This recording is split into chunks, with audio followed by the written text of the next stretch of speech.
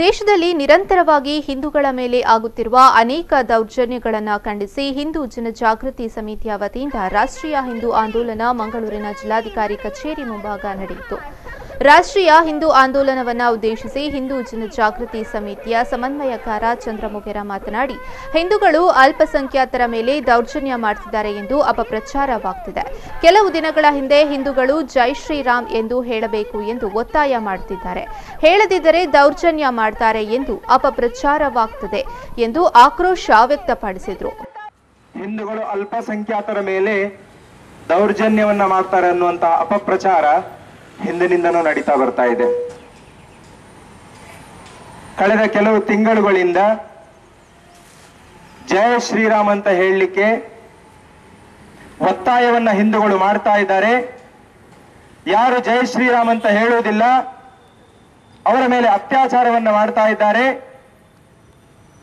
ಅವರ ಮೇಲೆ ಆಕ್ರಮಣಗಳನ್ನ ಮಾಡ್ತಾ ಇದ್ದಾರೆ ಅನ್ನುವಂತ ಅಪಪ್ರಚಾರ ನಡೀತಾ ಇದೆ. ಯಾರು ಜೈ ಶ್ರೀರಾಮ್ ಅಂತ ಹೇಳುವುದಿಲ್ಲ ಅವರನ್ನ ಹಿಂದೂಗಳ ಗುಂಪು ಬಂದು ಅವರ ಮೇಲೆ ದಾಳಿಯನ್ನ ಮಾಡ್ತಾ ಇದೆ. ಅದಕ್ಕೆ ಮಾಬ್ ಲಿಂಚಿಂಗ್ ಅಂತ ಹೆಸರನ್ನ ಕೊಟ್ಟರು. ಬಂಧುಗಳೇ, ಈ ಮಾಬ್ ಲಿಂಚಿಂಗ್ ಯಾವ ರೀತಿಯಲ್ಲಿ ಹಿಂದೂಗಳನ್ನು ಅವಮಾನ ಮಾಡುವುದಕ್ಕೋಸ್ಕರ ಅಥವಾ ಹಿಂದೂಗಳು ಅಲ್ಪಸಂಖ್ಯಾತರ ಮೇಲೆ ದೌರ್ಜನ್ಯವನ್ನ ಮಾಡ್ತಾ ಇದ್ದಾರೆ ಅನ್ನುವುದನ್ನ ಸುಳ್ಳು ಪ್ರಚಾರದ ಮೂಲಕ ಈ ದೇಶದಲ್ಲಿ ಪ್ರಚಾರ ಮಾಡುವಂತಹ ಘಟನೆಗಳನ್ನು ನಾವು ನೋಡ್ತಾ ಇದ್ದೇವೆ.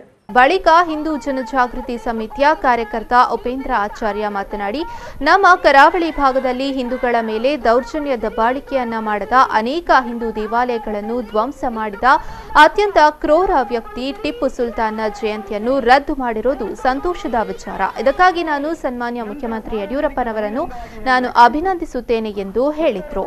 ದೇಶದ್ರೋಹಿ ಅಥವಾ ಕರ್ನಾಟಕದ ದ್ರೋಹಿಯಾದಂತಹ ಟಿಪ್ಪು ಸುಲ್ತಾನ್ನ ಜಯಂತಿಯನ್ನ ಇತ್ತೀಚೆಗೆ ಅಧಿಕಾರಕ್ಕೆ ಬಂದ ಕೂಡಲೇ ಸನ್ಮಾನ್ಯ ಯಡಿಯೂರಪ್ಪನವರು ಅದನ್ನ ತೆಗೆದುಹಾಕಿದ್ರು. ಅದಕ್ಕೋಸ್ಕರವೇ ನಾವು ಈ ಸನ್ಮಾನ್ಯ ಯಡಿಯೂರಪ್ಪನವರಿಗೆ ಈ ಒಂದು ಕೃತಿ ಮಾಡಿದ್ದಕ್ಕಾಗಿ ನಾವು ಅಭಿನಂದನೆಯನ್ನ ಸಲ್ಲಿಸ್ತಾ ಇದ್ದೇವೆ.